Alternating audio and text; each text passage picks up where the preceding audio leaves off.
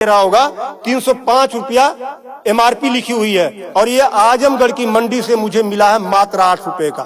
कितना percent commission आप खा रहे हो? ये ऐसा क्यों है? इस पे भी चर्चा होती है। ये देखिए आईबी सेट है जिसके माध्यम से ग्लूकोज ब्लड वगैरह चढ़ता है शरीर में, इसे कहते हैं आईबी सेट। इस पे जो एमआरपी लिखी हुई है वो 198 और यहाँ आप देख सकते हैं 198 रुपए की ये आईबी सेट मुझे पड़ी है मात्र 12 रुपए की। फिक्स्टर वीगो सेट लगाने के बाद जो उस पर टेप लगाया जाता है यह मुझे पड़ी है 6 से 7 रुपए की और इस पे एमआरपी 71 रुपया 50 पैसा। यहां भी आप देख सकते हैं। मैं इसलिए आपके बीच आया हूं। इसी प्रकार से बहुत सारे हजारों 2-3 हजार दवाएं ऐसी हैं जो 100 रुपए की दवा है 3000 की बिकती है। बाइकिल धागा जब आपका ऑपरेशन होता है जिससे आपका सिला जाता है वह 150 रुपए का आता है, उसकी एमआरपी 1045 रुपया आप यहां देख सकते हैं। उसी प्रकार से लंग एक्सरसाइजर 150 रुपए का आता है जिसका प्रिंट रेट है 690 रुपया।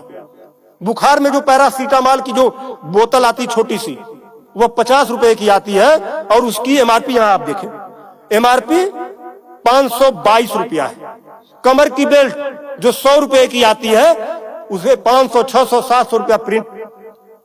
और तो और जब किसी की हड्डी टूटती है तो जो राड पड़ता है, राड अधिकतम रेट राड का 500 से लेके 1500 रुपया तक, अलग अलग वैरायटी है 500 से 15 तक, लेकिन आपको 5000 से 20,000 रुपया 25,000 रुपया चार्ज किया जाता है। आपके दिमाग में आ रहा होगा कि अरे भाई डॉक्टर लगा रहे हैं तो उसको देखिए, डॉक्टर जब आप अस्पताल में भर्ती होते हैं तो बेड चार्ज अलग, नर्सिंग चार्ज अलग, जांच की फीसें अलग, वो सब चीजें करने के बाद 1500 रुपए की चीज खरीद कर आप 20-20 हजार का बेच रहे हो। तब मैं आपके बीच कहने आया हूं कि साथियों उसी प्रकार से बहुत सारी दवाई हैं। 100 रुपए की दवा, एक दवा मैं देखा ला नहीं पाया उसको, 100 रुपए की दवा उसकी एमआरपी 2000 रुपया लिखी हुई थी। हजारों दवाइयां हैं आपके साथ, आपको लूटने का काम कर रहा है। मुद्दा ये नहीं है कि इस पे 305 का प्रिंट छपा हुआ है। मुद्दा ये है कि इसे छपने किसने दिया?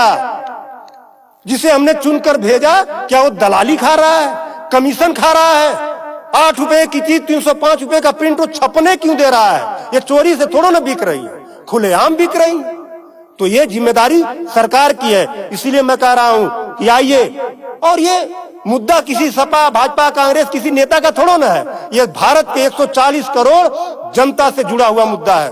आपको आगे आना होगा और आगे आने के लिए आपको इस वीडियो को अधिक से अधिक शेयर करवाना होगा, अधिक से अधिक लोगों को बताना होगा। इसलिए नहीं कि मेरा ये प्रचार हो जाएगा, ऐसा कुछ नहीं है।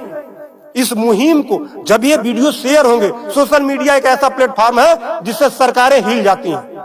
आज मैं इस चीज को लेकर आया हूं, ये जनता से जुड़ा हुआ मुद्दा है। जब आप मेरी इस बात को, जनता की इस आवाज को अपने इलेक्ट्रॉनिक गैजेट्स के माध्यम से आगे बढ़ाने का काम करेंगे, निश्चित रूप से सरकारें डरेंगी। और मैं तो कहता हूं सरकारों को जनता से डरना चाहिए, जनता को सरकारों से नहीं डरना चाहिए।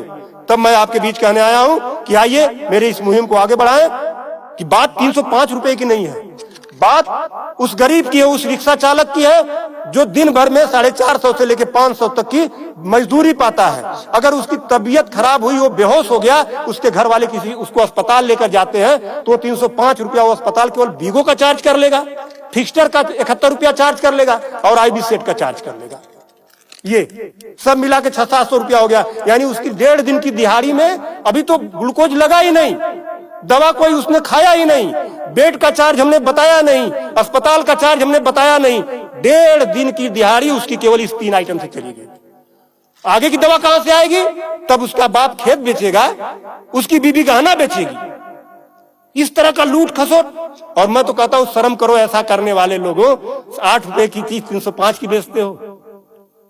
आज आपके अस्पताल में अगर जो दाई है उसका वेतन 7,000 है, यानी प्रत्येक दिन 210 रुपया। अगर उसकी तबीयत खराब हुई, वो आप ही के अस्पताल में भर्ती होती है तो उसकी 3 दिन की दिहाड़ी केवल इन 3 चीजों की लग जाती है। कुछ तो शर्म करो, कुछ तो सोचो। स्वास्थ्य, शिक्षा, सेवा का क्षेत्र है, लेकिन आपने इसे लूट का अड्डा बना दिया है। सरकारों के मिली भगत से ऐसा हो रहा है। तो मेरा निवेदन है आप लोगों से कि इस वीडियो को अधिक से अधिक शेयर करें ताकि